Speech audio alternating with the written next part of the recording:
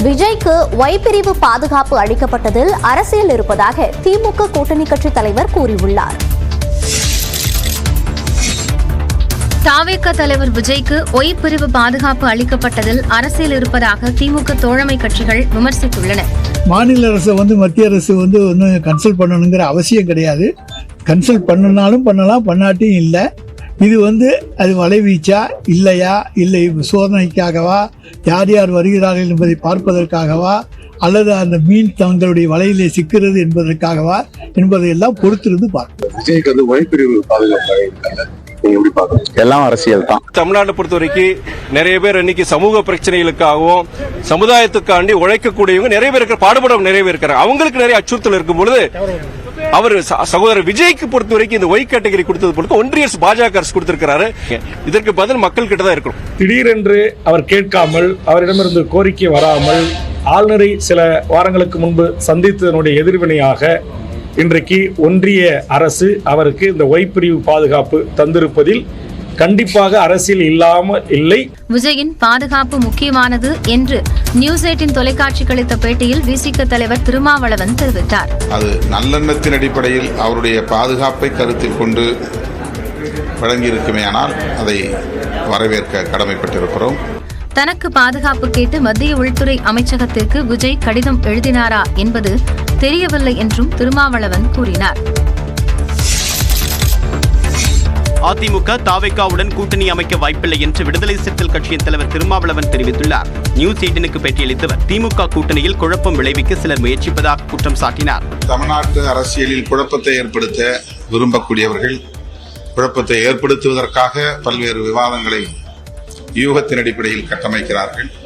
விடுதலை சிறுத்தைகள் கட்சி ஏற்கனவே ஒரு கூட்டணியில் வலுவாக இடம்பெற்றிருக்கிறது, தொடர்ந்து பயணிக்கிறது. ஆகவே இந்த மாதிரியான யூகங்கள் தேவையற்ற ஒன்று. விஜய்க்கு வாக்கு வங்கி இருந்தால் அது தேர்தல் முடிவுகளில் தெரியவரும் என்றும் திருமாவளவன் தெரிவித்தார். விஜய்க்கு ஒய் பிரிவு பாதுகாப்பு வழங்கப்பட்டது குறித்து பேசிய நாம் தமிழர் ஒருங்கிணைப்பாளர் சீமான், இந்த நாட்டுக்கு தான் பாதுகாப்பு, தனக்கு எதுக்கு பாதுகாப்பு என்று கூறினார். கோவை விமான நிலையத்தில் செய்தியாளர்களிடம் பேசியவர் மக்கள் அரசியலில் பாதுகாப்பு தேவையில்லை என்றார். எனக்கு யார்கிட்ட இருந்து பாதுகாப்புன்னு இருக்குல்ல, நான் மக்களுக்கு மக்களுக்காக வந்திருக்கேன். நான் என்ன நினைப்பேன்னா, நான் தான் இந்த நாட்டுக்கே பாதுகாப்புன்னு நினைப்பேன். எனக்கு எதுக்கு பாதுகாப்புன்னு கேட்பேன். என்னை இந்த காவலர்கள்லாம் வரும்போது கூட சொல்லுவேன், நான் தயவு செய்து நீங்கள் போயிருங்க. பீகாரிலிருந்து வரக்கூடிய தேர்தல் வியூக வகுப்பாளர்களுக்கு தமிழ்நாட்டில் உள்ள சிக்கல்கள் என்ன தெரியும் என்றும் சீமான் கேள்வி எழுப்பினார். பீகாரில் இருக்கவனுக்கு அறிவு இருக்கு, தமிழ்நாட்டில் இருக்கவனுக்கு அறிவு இல்லையா?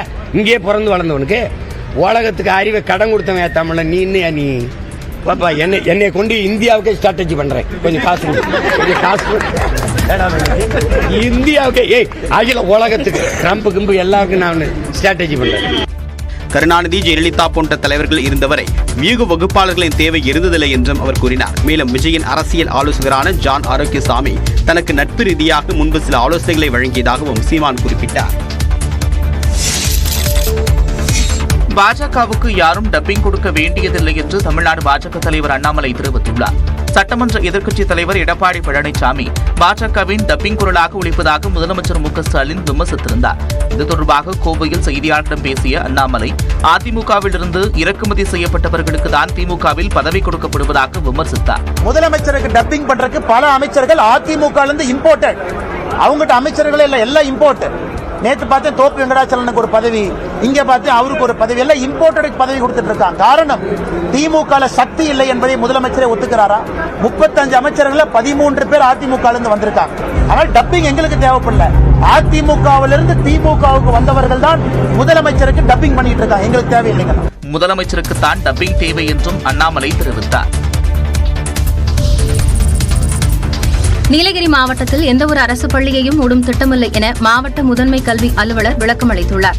நீலகிரி மாவட்டத்தில் 15 மாணவர்களுக்கும் குறைவாக இருக்கும் பள்ளிகளின் விவரங்களை மாவட்ட தொடக்க கல்வி அலுவலர் சேகரித்துள்ளதாகவும், அதன்படி 85க்கும் மேற்பட்ட அரசு தொடக்க பள்ளிகளை மார்ச் மாதத்திற்குள் மூடும் நடவடிக்கையை திமுக அரசு மேற்கொண்டு வருவதாகவும் மத்திய இணையமைச்சர் எல் முருகன் அறிக்கை வெளியிட்டிருந்தார். அரசு பள்ளிகளை மூடும் நடவடிக்கையை தமிழ்நாடு அரசு கைவிட வேண்டும் என்று வலியுறுத்தியிருந்தார். இந்த நிலையில் மத்திய இணையமைச்சரின் குற்றச்சாட்டை நீலகிரி மாவட்ட முதன்மை கல்வி அலுவலர் மறுத்து அறிக்கை வெளியிட்டுள்ளார்.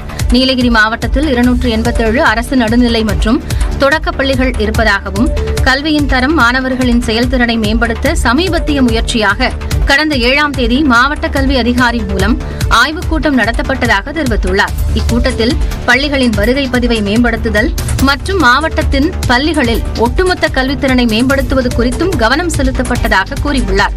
நீலகிரி மாவட்டத்தில் எந்த ஒரு அரசு பள்ளியையும் மூடும் திட்டமோ உத்தரவுகளோ இல்லை என்றும் மாவட்ட முதன்மை கல்வி அலுவலர் தெளிவுபடுத்தியுள்ளார்.